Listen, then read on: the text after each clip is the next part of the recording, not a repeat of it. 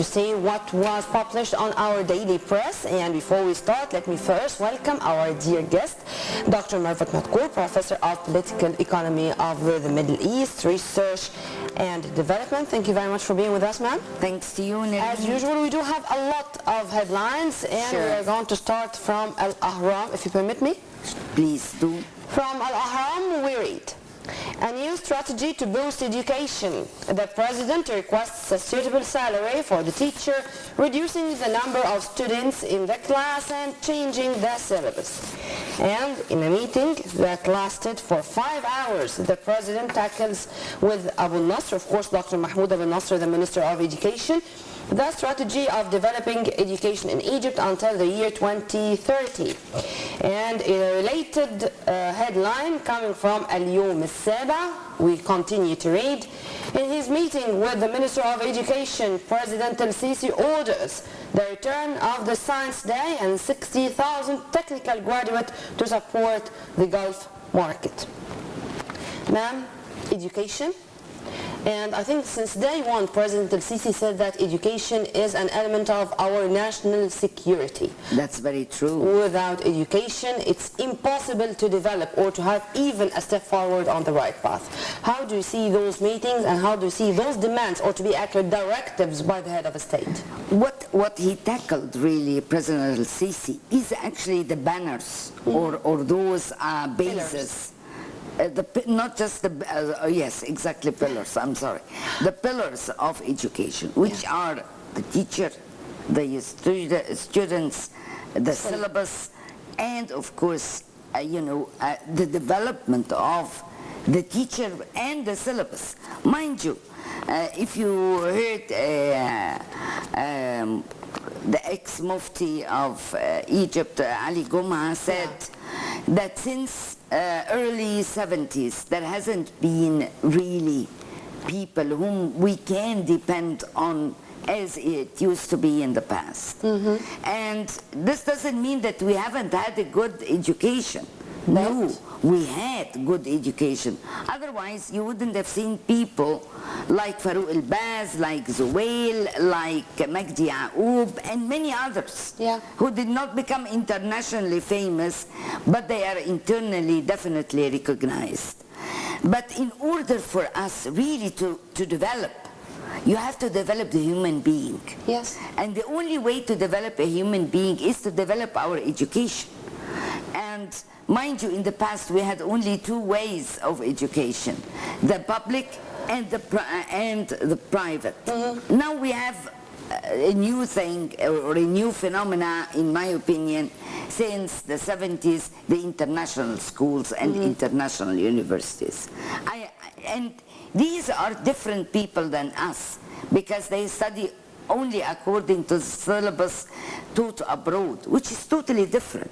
And if you ask them about our history, things, Ma'am, even about our language. Exactly. It's now a phenomena that the new generations, even as if they are ashamed to speak in Arabic. My students, some of them do not know how to write in Arabic Ra'asmaliya, which is capitalism. They write it het and finance. Okay? I can understand. It is a disaster, because if you don't know your own language. Ma'am, this is great, but here, I don't know why there are things which the people are asking from Al-Sisi and his government to be made on the spot, as if he has a magic stick. How much would it take to develop the educational system called the Egyptians should know that with transparency, I mean, that everything should have time and should be made with the cooperation between the people and the governments. Not only the one of Mahlab. Exactly. What I want to tell you, no, Sisi is a very, I call, ambitious president. He wants the best. He said Egypt is the mother of the world and will be the mother of the world. And in my opinion, ever since he was elected, he's doing his very best really to achieve that. And his sincerity is the one that makes us bear all the problems that we are facing. Why? Because we believe that this is an honest person, that this is a person who's really working for the good of the people. And I believe that with time, educational system as a system, of course it can be put together. I have, for example, a way to develop our educational system, because I've been in the educational system since '77. Okay, not that I was teaching there, but I was, you know, an assistant, and I used to give sessions, you know, in the university.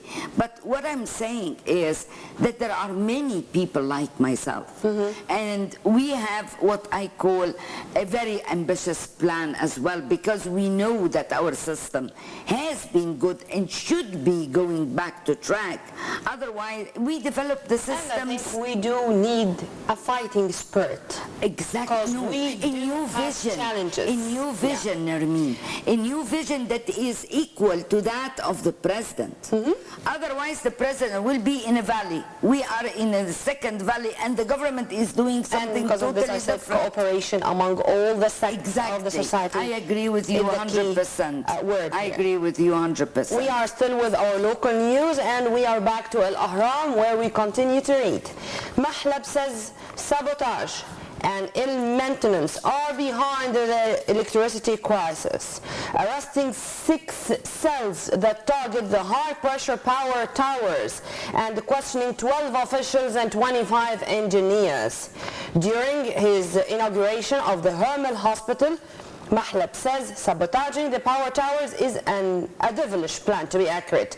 20% of the power stations have not been maintained for 20 years. And in a related headline coming from Al-Masri Al-Yawm, we continue to read 300 terrorist attacks behind the wave of darkness. Mahlab says the sabotage attacks targeted the main power stations to paralyze them. Finally, Al-Yawm Al-Saba spoke about the same issue, also quoting the Prime Minister: whoever will sabotage the state has no right. The Prime Minister inaugurates the Hermel Hospital, which serves 2 million people, and stressed that the problem of queues before hospitals will end that soon. I cannot imagine that. Of course, I'm not here talking about being Egyptians or no. These are things which cannot be described only with the word Egyptian to be written in the nationality classifications or whatever. Those behind this 300 were mercenaries. Mercenaries, just to take money to do anything, to fight, to kill, to sabotage, to behave like thuggeries, like rioters, and they proved to be the reason behind the wave of darkness as it was described here. How do you see this? How to deal with those people? How to say that they are just brainwashed and we should deal with them with the sympathy because of what you want to call about the human rights and things like that. What human rights? My human rights are the human rights of David Cameron. When it comes to the national security of Egypt, then let all the human rights go to him. With the Human Rights Watch, I call it, I now will label it Brotherhood's Rights Watch. Would you please, would you add the word terrorist, the terrorist brotherhood human rights? Of course. Okay.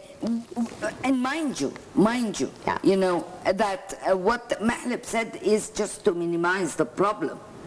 Okay, this Ministry of Electricity has been infiltrated by, of course, the Brotherhoods. Yes. Okay, and if you listen to Akash last week, he said they are not just the number that have been expelled or under investigation.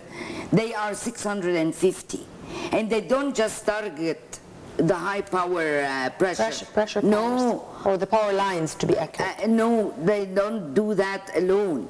They target strategic areas with medium pressure, with even low pressure. They know that this will drive people, they think, crazy. Yeah. And it does. Okay? Sometimes. It does drive us crazy, but we understand that this is signifying what? That we are on the right map. But If tell we you what, weren't, don't you think that if we it's very weren't, brave mind from you, Mahlab to admit the fact that there were employees and engineers who were working in this, who are participating, and that we are not going to leave them doing this coward crime? I mean, you know, the quickest way to tackle the problem is really to get rid of these people and to secure the areas that are strategic, that would really, you know, put Egypt, God forbid, into darkness. But it won't, I hope. Inshallah. But you cannot really follow all the lines, as you said, Yes. all through Egypt. No, you cannot do that. Okay, you have other problems to take care of, as you've seen what the Brotherhood did Thursday and Friday and Saturday, till yesterday, I mean. And, you know, we cannot really, the quickest is to have the security issue solved. And the problem which the government or the electricity authority or the Whenever we're mentioning the word security, don't you think that your demand now is putting more pressure and more heavy responsibility, in addition to the heavy mission carried out by the police and the army? I understand, but nevertheless, things. If we have a shortage in police, why don't we recruit new ones? Okay, and have more people getting into the university for the police college or police academy. Okay, the problem is that we are suffering from something very major, and it's not just in electricity; it's everywhere, which is management. We lack management. Okay, we have to have a good management. What we're suffering from is ill management and maladministration.